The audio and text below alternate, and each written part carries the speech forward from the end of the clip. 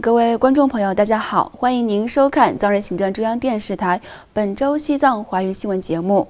我是主持人卓玛。本期的主要新闻有：达赖喇嘛尊者祝贺蒙古当选总统；加拿大国会西藏之友首次与司政边巴次仁举行会议；司政边巴次仁重申他对通过藏中和谈解决西藏问题的承诺。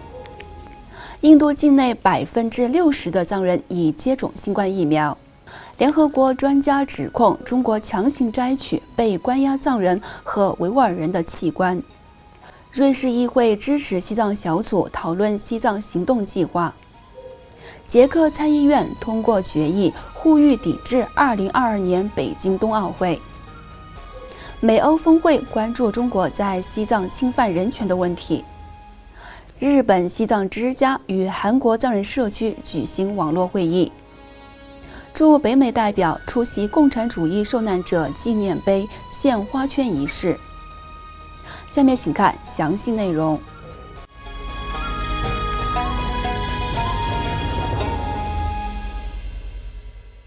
西藏精神领袖达赖喇嘛尊者于上周五6月11号致函祝贺乌克纳库雷素赫当选蒙古新一任总统。达赖喇嘛尊者在贺函中回忆了他数次对蒙古共和国的访问，并祝愿当选总统在实现蒙古人民的希望和愿景方面取得成功。此外，加拿大国会西藏之友于本周一6月14号首次与司政边巴次仁举办共度西藏日活动，以此表明他们对西藏自由事业的深远，并向藏人行政中央新任司政致敬。当天与会的加拿大议员们在欢迎司政边巴次仁之后，共同就中间道路政策、藏中和谈和入藏互惠法案等议题进行了深入讨论。司政边巴次仁在会议上谈到了他对全球倡导西藏自由运动的愿景，强调这是他任期内的首要任务之一。加拿大国会议员阿里夫·维拉尼、议员加内特·吉努斯、詹姆斯·马洛尼、拉里·巴内格尔、大卫·斯维特、驻北美办事处代表欧朱次仁和加拿大的各藏人非政府组织等代表通过网络参加了会议。与会议员在发言时承诺将与新任司政合作，尽快解决藏中冲突。另外，司政边巴次仁于近日在接受《华盛顿邮报》记者乔什·罗金的采访时，重申他将致力于为藏中和谈找到一个持久、互利和非暴力的解决方案。司政边巴次仁在采访中谈到，他将立即采取行动恢复停滞不前的藏中和谈。同时，他还谈到了新一届的嘎夏将加强国际关系和宣传方面的计划。据了解，此次采访活动是由美国国家民主基金会组织。这是边巴次仁在宣誓就任藏人行政中央司政后首次公开接受美国记者的采访。此外，根据藏人行政中央卫生部于本周四6月17号公布的最新数据，超过3万5千名居住在印度各地的藏人接种了新冠疫苗。据了解，这一数字占印度境内流亡藏人社区总人口的66%，其中26.3%的藏人接种了2剂新冠疫苗，39.87%接受了第1剂疫苗。而在尼泊尔藏人社区，共有1437名藏人接种了新冠疫苗，其中已经接受2剂疫苗的藏人占总数的5.18%。15.92%的藏人接种了第1剂的疫苗。在藏人行政中央的领导下，印度和尼泊尔境内的寺院和佛教机构、非政府组织以及个人纷纷在各藏人学校、寺院、定居点和藏人大学生分布的城市中赞助各项防疫物资和疫苗接种活动。藏人行政中央司政边巴次仁在上任后，相续与40多个藏人定居点的官员召开一系列的网络会议，回顾了印度和尼泊尔境内各藏人定居点的防疫工作和大规模疫苗接种的情况。与此同时，12位联合国独立专家于本周一6月14号发表联合声明，对中共强制摘取气管的报道表示严重关切，并敦促中国政府允许国际人权机构的独立监督和调查。声明指出，包括法轮功修炼者、维吾尔穆斯林、西藏的佛教徒和中国各地的基督徒，以及其他被拘留的少数族群，可能遭到中共强行摘除器官。专家表示，他们从被拘留人士那里得到的可靠信息感到极为震惊，并强调少数族裔、宗教少数群体的被拘留者可能在未被告知的情况下被强行进行血液与气管，包括超波音和 X 光检测，而其他的囚犯则不需要接受这种检查。上述专家在随后发布的长达562页的研判报告中指出，在中共监狱或出狱后离奇死亡的藏人政治犯，有可能是气管摘取的受害者。藏人行政中央驻日内瓦办事处呼吁中共应对联合国专家的指控迅速作出回应，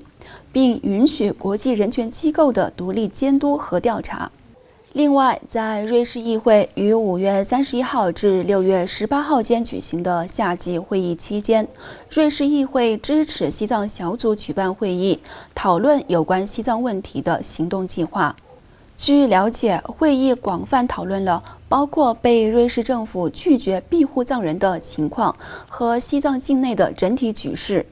议员们承诺将继续援助瑞士藏人及支持西藏的自由运动。上述议员在会议结束后签署了呼吁瑞士政府对2022年北京冬奥会进行外交抵制的请愿书，包括瑞士议会议员、议会支持西藏小组联合主席法比安·莫利纳、尼古拉斯·瓦尔德和尼古古格，以及该小组5名成员和藏人行政中央驻日内瓦办事处代表和工作人员。瑞士西藏友好协会主席托马斯·布赫和欧洲西藏青年协会主席扎西·西泽仓等出席了会议。此外，鉴于中国对藏人、维吾尔穆斯林和其他少数族群恶劣的人权侵犯，捷克参议院于上周四6月10号通过了一项决议，呼吁捷克政府抵制2022年在中国北京举行的冬奥会。据悉，该决议由捷克参议院外交、国防和安全委员会批准，由委员会主席帕斯尔·莫费尔提交给参议院审议后通过。该决议还指出了中国在2008年奥运会期间许下无法兑现的承诺，以及呼吁捷克政府评估中国的人权义务，并在联合国人权机构中系统性地提出这些问题。另外，美国和欧盟于本周二6月15号在布鲁塞尔举行的峰会上，提出了对中国在西藏严重侵犯人权的共同关切。美欧双方在会后发表的联合声明中，就中国问题表示，我们打算在各自类似的对华多层面方针和框架内，就所有问题进行密切磋商和合作，其中包括合作、竞争和制度性对手的要素。美国总统拜登与欧盟委员会主席冯德莱恩以及欧洲理事会主席米歇尔出席了此次峰会。据了解，此次峰会是自2014年以来首次召开的美欧峰会，也是自2017年以来美国总统首次对欧盟机构的访问。与此同时，藏人行政中央驻日本办事处代表和西藏之家的负责人茨旺加布阿若亚博士于上周六6月12号与韩国藏人社区的成员举行了一次网络会议。代表阿若亚博士在会议上谈到了推动藏人社区团结的重要性，并在强调保护藏人文化和身份的同时，呼吁流亡韩国的藏人不要忘记西藏人民的共同事业。他还建议在韩国各地建立藏人协会，与韩国民众、政府和议会建立联系，寻求他们对西藏自由事业的支持。请继续关注今天的最后一则新闻。藏人行政中央驻北美办事处代表欧洲次人于上周五6月11号出席了由总部位于美国的共产主义受难者纪念基金会在华盛顿特区举办的纪念活动。代表欧洲次人在当天的纪念活动上发表演讲后，代表西藏人民和与会的各国代表向共产主义受难者纪念碑献上了花圈。据了解，每年6月，在罗纳德·里根的勃兰登堡门演讲周年之际，该基金会都会举办这一敬献花圈仪式，纪念全世界超过1亿多共产主义政权的受害者，并庆祝自由的胜利，以及追求一个没有共产主义的世界。观众朋友，以上是本期节目的全部内容。欲了解有关西藏境内外的讯息，请登录屏幕下方的网址。感谢你的收看，我们下期节目再会。